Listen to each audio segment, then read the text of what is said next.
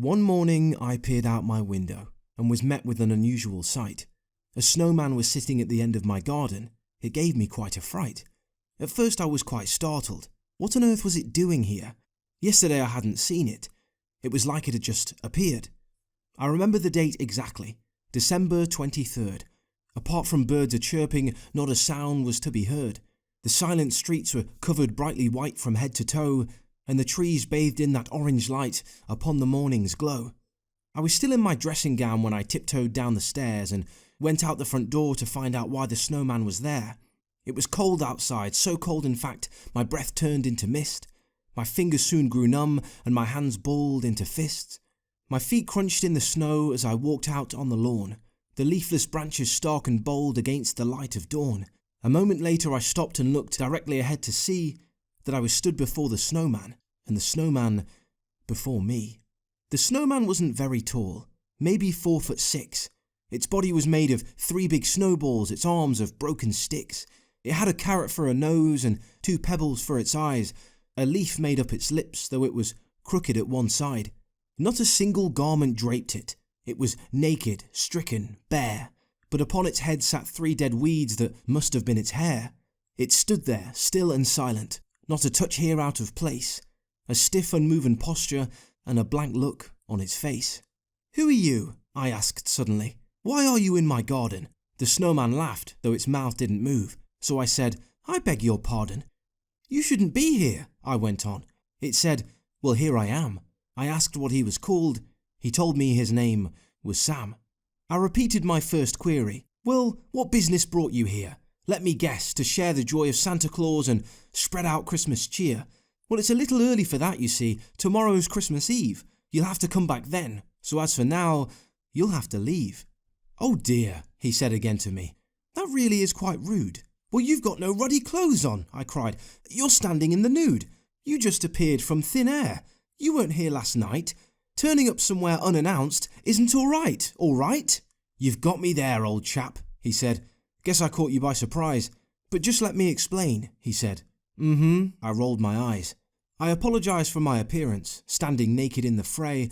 I was just, passing through. I swear I don't intend to stay. I just wanted a friend to spend time with on this fine winter's day. "Is that all right with you?" he asked. "I guess," I shrugged. "Okay." "First things first, I'm freezing," he said. "Can you get me something to wear?" "What?" I said. "You're a snowman." "Well, that isn't very fair." "I can't believe you," I retorted. "A cold snowman? What in the heck?" And so I marched inside and fetched him a scarf, which I wrapped around his neck. "Ooh, that's slightly better," he said. I sighed. "What, you're still cold?" "But for these wisps of hay," he said, "my head is bare and bold." "Okay, calm down, Sammy. I'll be back in a minute," I said, and went inside to get him a hat, which I put on his head.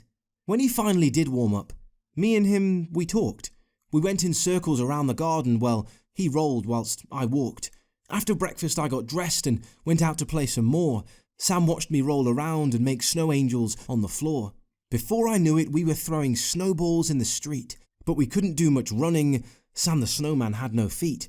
At lunch Mum brought out hot chocolate, and though Sam said how good it smelt, he said he couldn't have any, as it would make him suffer from stomach cramp because he was lactose intolerant. Sam the snowman knew how to juggle. He could solve a Rubik's Cube. He knew the name of every station on the London Tube.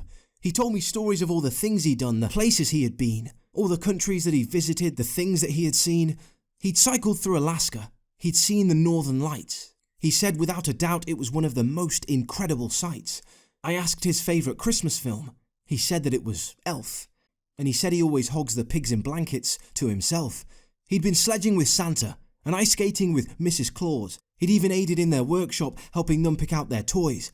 He'd spent nights with all the elves, singing songs and drinking beer, and even been on holiday with all of the reindeer.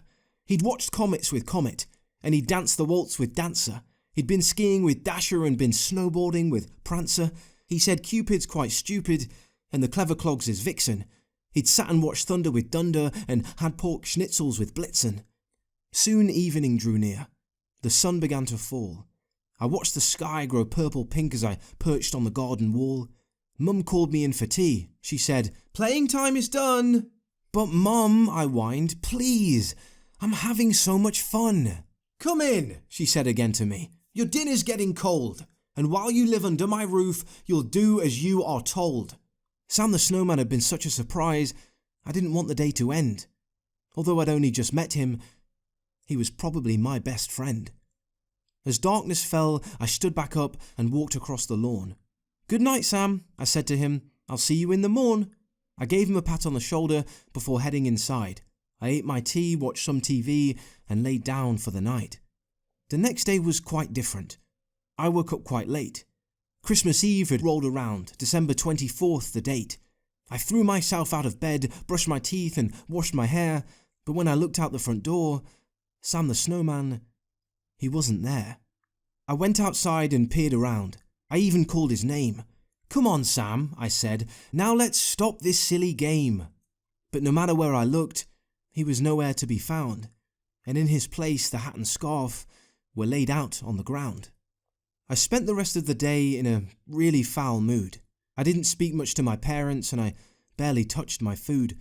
Although it was Christmas Eve, I feared that I would have to spend my Christmas day without him, Sam the Snowman, my best friend.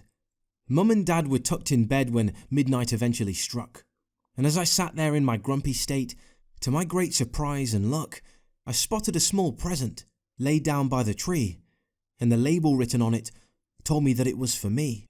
Where had it come from? I thought. It wasn't there before. I picked it up from beneath the tree and sat down on the floor. It was a box, long and thin, and on it was a note. Whoever it was from, the following is what they wrote. "I bought you this present, so that wherever I reside, keep this close and you'll know part of me is always by your side. No matter how far apart we'll be, where we are or what we do, even if oceans and mountains separate us, I'll always be there for you. But as for me, well, I guess for now this is goodbye. This planet's too big to see everywhere, but I'll certainly try.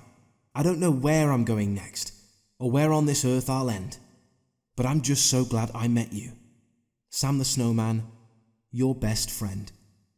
I tucked the note away, and then I opened up the box, but it wasn't full of underpants, a scarf, or brand new socks. In it was a carrot, and I laughed, knowing what it may suppose, that somewhere far away there was a snowman travelling the world without his nose.